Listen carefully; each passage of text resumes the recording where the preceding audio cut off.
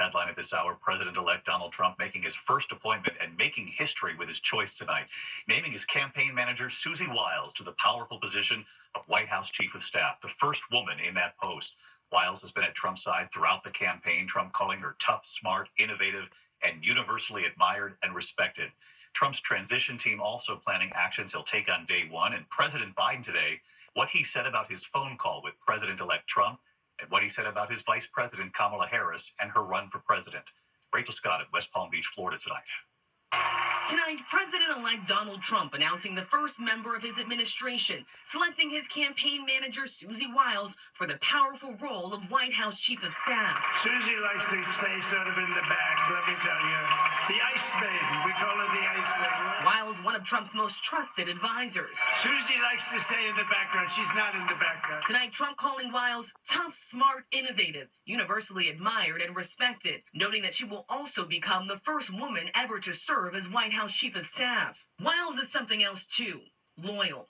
Trump's son, Don Jr., making it clear that's a key qualification for the new administration. Going to be heavily involved on the transition.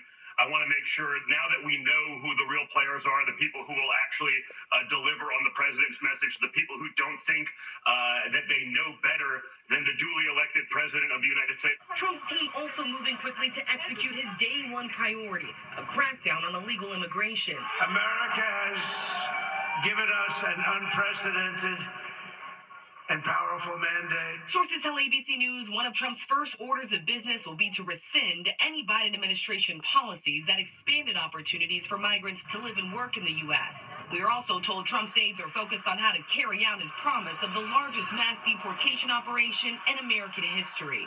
Today, when asked how much that would cost, Trump would only say, it's not a question of a price tag. It's not.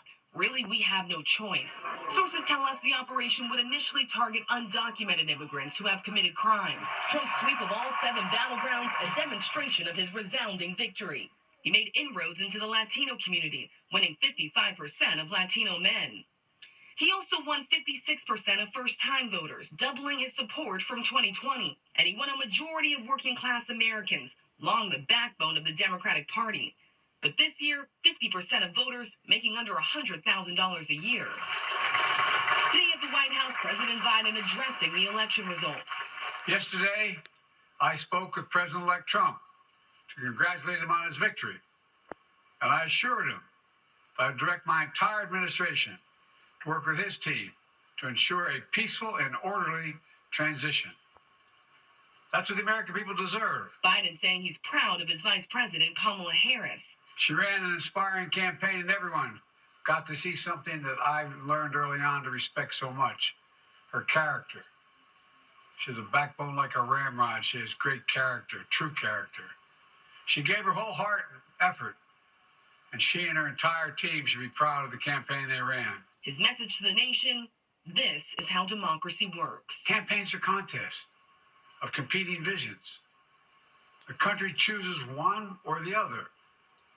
We accept the choice the country made. I've said many times, you can't love your country only when you win.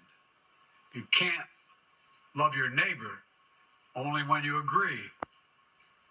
Something I hope we can do, no matter who you voted for, is see each other not as adversaries, but as fellow Americans.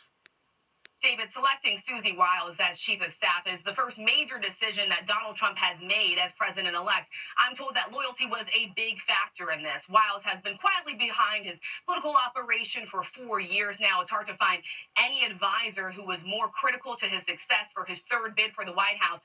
Tonight, we are also learning that Trump's team of advisors has put together a short list for cabinet positions, including for Attorney General, David. Susie Wiles making history tonight. Rachel Scott with us live. Rachel, thanks. In upstate New York, the Friday, thank you. Next year this evening, multiple sources telling ABC News hackers working for China broke into the phone used by Donald Trump's lead criminal defense attorney, Todd Blanche, and were able to get text messages and able to record calls made on that phone.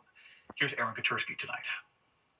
Tonight, new details on the lengths Chinese spies will go to infiltrate American politics and President-elect Trump. Multiple sources tell ABC News hackers working for China's intelligence service broke into the phone used by Trump's lead criminal defense attorney, Todd Blanche. The sources say in the lead up to the election, the hackers gained access to Blanche's text messages and captured audio recordings of some of his calls. We're told most of the communications involved family and friends, but tonight the FBI is working to determine whether more sensitive contacts were compromised. Sources tell us Blanche is under consideration for a role in the new administration after he defended Trump against criminal charges in New York and in 2 federal cases. The hack's part of a sweeping Chinese cyber espionage campaign to collect the private communications of prominent American officials. ABC News previously reported the Chinese attempted to hack phones used by Trump himself, Vice President-elect J.D. Vance, and people affiliated with the Harris campaign by infiltrating U.S. telecommunications firms like Verizon, Lumen, and AT&T. The Chinese clearly have the know-how to do this to anyone, David, but a senior U.S. intelligence official tells us they're really interested in people with access to American secrets, the kind China could use to shape policy, boost its military, or crush the American economy. David? Aaron Katersky tonight. Aaron, thank you. From China to Russia now. And tonight, Russian President Vladimir Putin congratulating President-elect Donald Trump, saying a new world order is forming. Let's bring in our chief foreign correspondent, Ian Pannell. Ian, what do you make of this? Yeah, David, I mean, this was an upbeat and confident Putin speaking in the wake of that election victory, calling NATO out of date. As you say, he claims a new world order's taking shape.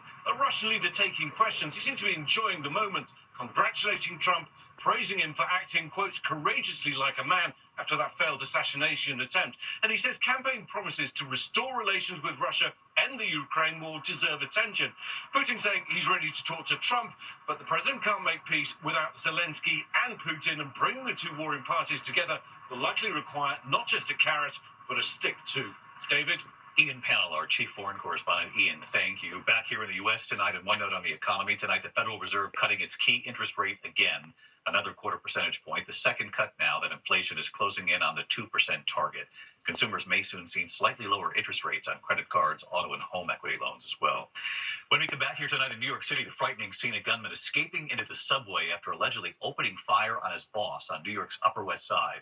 And 43 monkeys escaping a research lab in the U.S. and the warning tonight now from authorities. In a moment. Still have symptoms from moderate to severe ulcer. Tonight, dozens of monkeys are on the loose after escaping a research lab in Beaufort County, South Carolina. 43 monkeys getting out of the Alpha Genesis facility. A door to their enclosure was not secured. Authorities say there's no health risk to humans, but residents are being urged to lock their doors and windows, and if they see one of the monkeys, to call 911. When we come back, the index of other news, the FDA proposing a ban on certain over-the-counter cold medicines containing an ingredient that health officials say does not work. The ban would include dozens of nasal decongestants made with oral phenylephrine, which is said to be ineffective. Other medications, which include pseudoephedrine, antihistamines, and nasal sprays, are known to be effective. They'll still be available. A passing note tonight: he was the unmistakable voice of the internet. You've got mail. We learned today that Elwood Edwards has died after a long illness, the iconic voice of AOL, famous for those 3 words, "You've got mail." He recorded 4 lines in all, receiving just $200 for his work. Even a movie with those 3 words. He died one day before his 75th birthday.